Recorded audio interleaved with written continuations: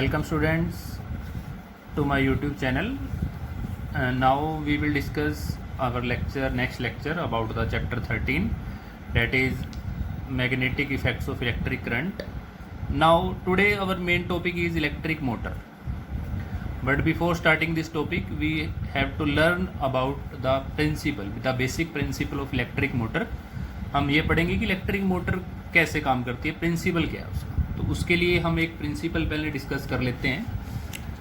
हमारे पास एक प्रिंसिपल आता है कि force acting on a current carrying conductor, कि जब भी हम एक करंट कैरिंग कंडक्टर को एक मैग्नेटिक फील्ड के अंदर रखते हैं। मैग्नेटिक फील्ड जैसे हमने डिस्कस किया किससे रिप्रेजेंट करते हैं मैग्नेटिक फील्ड को, बी वेक्टर से।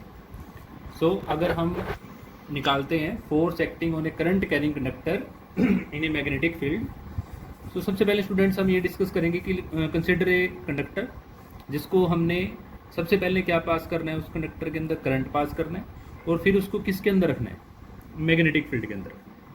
तो हम ये देखेंगे कि वो उस करंट कैरिंग कंडक्टर के ऊपर वो मैग्नेटिक फील्ड क्या अप्लाई करता है, फोर्स अप्लाई करता है। और वो जो फोर्स है वो किस किस पे डिपेंड करेगी। यहाँ पे हमारे पास तीन फैक्टर्स आएंगे। First factor is directly proportional to current, second factor is directly proportional to length of the conductor, and the third one factor is directly proportional to vertical component of magnetic field, that is B sin theta. Now what is theta? Theta is the angle between the length, either the direction of the conductor and the direction of magnetic field. Theta is the angle between the magnetic field and the direction of the conductor in which it is placed along the magnetic field. Now combining all these three factors, what will we have? F directly proportional to ILB sign theta, और equality में change करेंगे तो हमारे पास एक constant आएगा, उस constant को हम पुट कर देते हैं 1। So what will we have, F is equal to I L B sine theta. और मैक्सिमम ये फोर्स कब एक्ट करेगी, when theta is equal to 90 degree. मतलब जब हम कंडक्टर को कैसे प्लेस करेंगे, perpendicular to the magnetic field, then that conductor will experience the maximum force. So the maximum force is equal to I L B. So this is the general formula for the force acting on a current carrying conductor in a magnetic field. तो किन तीन factors पे depend करती है, first is the current, second is the length and third one is the magnetic field. Now if theta is 0 degree, the special case is 0 degree. 0 degree angle कब होगा, जब हम उस कंडक्टर को पैरेलल रखेंगे to the direction of magnetic field. तो force कितनी आएगी, 0, because sin 0 is 0. So the total force on a conductor is 0 when it is placed parallel to the direction of magnetic field. तो ये हमने special case इसका याद रखना है। इस केस को छोड़ के बाकी किसी भी एंगल पे हम उसको रखेंगे तो हमारे पास जो फोर्स है उसकी वैल्यू हमारे पास कुछ ना कुछ वैल्यू जरूर आएगी depending upon the angle of theta, and the maximum value is I L into B. So students, हमने फोर्स के लिए क्या फार्मूला निकाला है अभी, आई एल बी। अब क्वेश्चन आता है इस फोर्स की डायरेक्शन हमें कैसे पता चलेगी। डायरेक्शन के लिए यहाँ पर एक रूल हो रहा है हमारे पास, that is Fleming's left hand rule. This rule is Fleming's left. In Fleming left hand's rules what will we have, this rule is about to tell the direction of magnetic force on a current carrying conductor. मतलब उस conductor के ऊपर किस direction में force लगेगी, उसके लिए हम फ्लेमिंग लेफ्ट हैंड रूल एक डिस्कस करते हैं। इसको हम मोटर रूल भी कह सकते हैं क्योंकि this rule is applied for the electric motor. तो इसके लिए स्टूडेंट्स हमारे पास क्या है, सबसे पहले तो हम जो हमारा लेफ्ट हैंड है उसको इस तरीके से स्ट्रेच करेंगे कि जो हमारे पास thumb, the fore finger and the central finger will be in such a way that these three are in mutually perpendicular to each other। मतलब हमने इन तीनों को इस तरीके से स्ट्रेच करना है कि तीनों की डायरेक्शन क्या हो, एक दूसरे के perpendicular. अब फॉर एग्जाम्पल इफ द अगर हमारे पास first fore finger, if the fore finger points in the direction of magnetic field, मतलब अगर ये फिंगर हमारे पास किस डायरेक्शन में है, मैग्नेटिक फील्ड की डायरेक्शन में, the central finger is in the direction of current, then the thumb will point in the direction of force. Again if the forefinger will be in the direction of magnetic field and the central finger will be in the direction of current, then the thumb will point in the direction of force. So this is the basic rule for applying the Fleming's left hand rule. The condition is that both of these, जो हमारे पास तीनों हमारे पास की direction क्या होनी चाहिए, एक दूसरे के परपेंडिकुलर, तब हम ये रूल अप्लाई कर सकते हैं. इस फिंगर में अगर हम मैग्नेटिक फील्ड की डायरेक्शन लेंगे, इसके साथ हम करंट की, तो थंब हमें क्या बताएगा, direction of force that is acting on the current carrying conductor in a magnetic field. So अब हम अपने मेन टॉपिक पे आते हैं, that is electric motor. So उस इलेक्ट्रिक मोटर का प्रिंसिपल हमारे पास क्या बनेगा.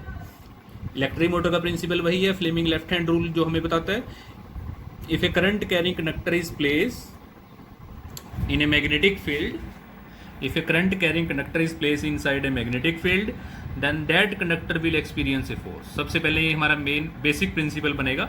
अब सबसे पहले हम इसके डायग्राम पे आते हैं कि कंस्ट्रक्शन में हमारे पास इसके कौन कौन से पार्ट हैं. तो सबसे पहले हमारे पास एक कोयल होती है, इसमें ABCD. इस कोयल को हम क्या कहते हैं, armature coil. This is armature coil. ये कोयल किसकी बनी होती है, coil generally coil copper wire की, जिसको हम वाउंड कर देते हैं सॉफ्ट आयरन के ऊपर. सॉफ्ट आयरन एक आयरन का ही पार्ट है, उस सॉफ्ट आयरन के ऊपर हम कॉपर की वायर को वाउंड कर देते हैं, और वही हमारे पास जो कॉपर की वायर बनती है उसको हम कौन सी कोयल कहते हैं, armature coil. Okay, now second construction part is field magnet, that is north south pole. इनको हम क्या कहेंगे, फील्ड मैग्नेट, क्योंकि हमें मैग्नेटिक फील्ड भी अप्लाई करना है, तो उसके लिए हम ये पोल पीसीज यूज करते हैं मैग्नेटिक के, north and south. And the direction of magnetic field is from north to south, that is B vector. Third is split rings. Split rings are R1 and R2 that are connected. Split rings और commutator, same name, split ring और commutator. इनको हम कोम्यूटेटर भी pronounce कर सकते हैं. इनका काम क्या है, दीज आर टू हाफ्स. ये रिंग्स जो हैं ये दो हाफ्स होती हैं, सेम मेटेलिक रिंग, एक ही मेटल की हम दो हाफ्स की रिंग्स बना लेते हैं. The ends of the armature, जो आर्मेचर कोयल के एंड्स हैं, उनको हम इन रिंग्स के साथ कनेक्ट कर देते हैं, connected to these halves which also rotate. ये रिंग्स भी रोटेट करती हैं with the rotation of the armature coil. Now the next construction part is B1 B2. Split rings are R1 and R2, and B1 and B2 are the brushes. The battery consists of a few cells. अब देखो जो हमारे पास battery है उसमें हमारे पास जो sales connect हैं, उनके अक्रॉस जो हमने किसका कनेक्शन कर रखा है, ब्रशेस का. ब्रशेस का काम क्या है यहाँ पे, these are the two flexible metal plates. ये मेटल की दो प्लेट्स हैं, और कार्बन रोड्स, ये कार्बन के भी बने हो सकते हैं, carbon rods B1 and B2 which are so fixed that they constantly touch the revolving rings. ये हमेशा रिंग को कॉन्स्टेंटली टच करेंगे during the revolving of the armature coil. जैसे जैसे रिंग्स रिवॉल्व करेंगी उसके साथ ही ये ब्रशेज रिवॉल्व नहीं करेंगे, they are stationary, but they remain the touch against these two stationary, these two revolving rings R1 and R2. In fact, the role of the brushes are to provide the current across the rings and across the armature coil. Carbon के बने होते हैं हमारे पास ही, और इनसे हम current का जो मेन हमारा जो करंट सप्लाई है हम यहाँ इनके अक्रॉस ही करते हैं to the armature coil. Rings जो हमारे पास हैं डेट स्प्लिट रिंग्स और कोम्यूटेटर. स्प्लिट रिंग्स और कोम्यूटेटर जो हमारे पास हैं ये करंट की डायरेक्शन को चेंज कर देते हैं आफ्टर हाफ रोटेशन. वो कैसे करेंगे ये हम वर्किंग में देखेंगे. तो सबसे आप वर्किंग डिस्कस करते हैं. इसकी वर्किंग के लिए जैसे हमारे पास सबसे पहला केस हम ये डायग्राम डिस्कस करते हैं. इस डायग्राम में हम सबसे पहले let the negative part is connected to brush B1 and positive part of the battery is connected to brush B2. So now what will we see? The current is flowing from A to D and in the part C to B. Now magnetic field is along north to south. So now we applying the Fleming's left hand rule. According to Fleming's left hand rule, what will we have? Like this. Magnetic field के लिए अगर हम discuss करते हैं 4 finger, magnetic field हमारा north to south and this finger is the direction of current, then thumb will represent the direction of force, that is on this part हमारे पास force कैसे लगेगी?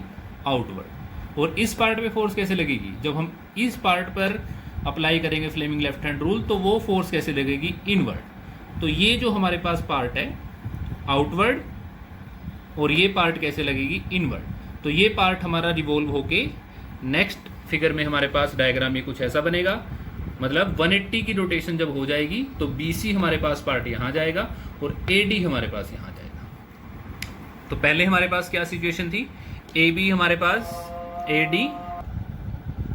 सो स्टूडेंट्स हमने क्या देखा कि फर्स्ट केस में अगर हमारे पास करंट की जो डायरेक्शन थी that is from A to D and C to B after half rotation either 180, because this part is moving outward, this part is moving inward.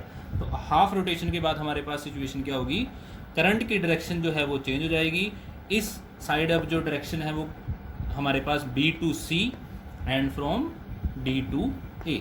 So now this part will move outward and this part will move again inward. So again हमारे पास ये part जब outward आएगा और ये part जब inward जाएगा तो फिर से हमारे पास सिचुएशन क्या आ जाएगी?